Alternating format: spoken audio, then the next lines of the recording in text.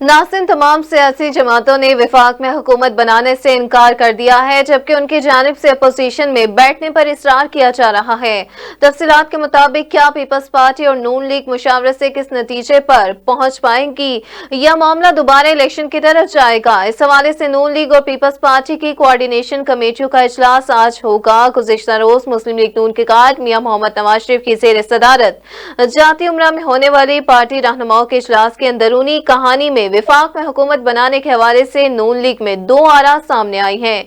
कुछ नून लीग के रहनुमाओं ने वफाक में हुकूमत बनाने के लिए मुखालफत करते हुए सिर्फ पंजाब में हुकूमत बनाने की तजवीज पेश की, जबकि बाज़ रहनुमाओं ने वफाक में हुकूमत लेने की हिमायत करते हुए कहा कि रियासत को बचाने की अशद जरूरत है। शुरा इजलास ने नवाज शरीफ को तजवीज दी कि हमें वफाक नहीं पंजाब पर फोकस करना चाहिए।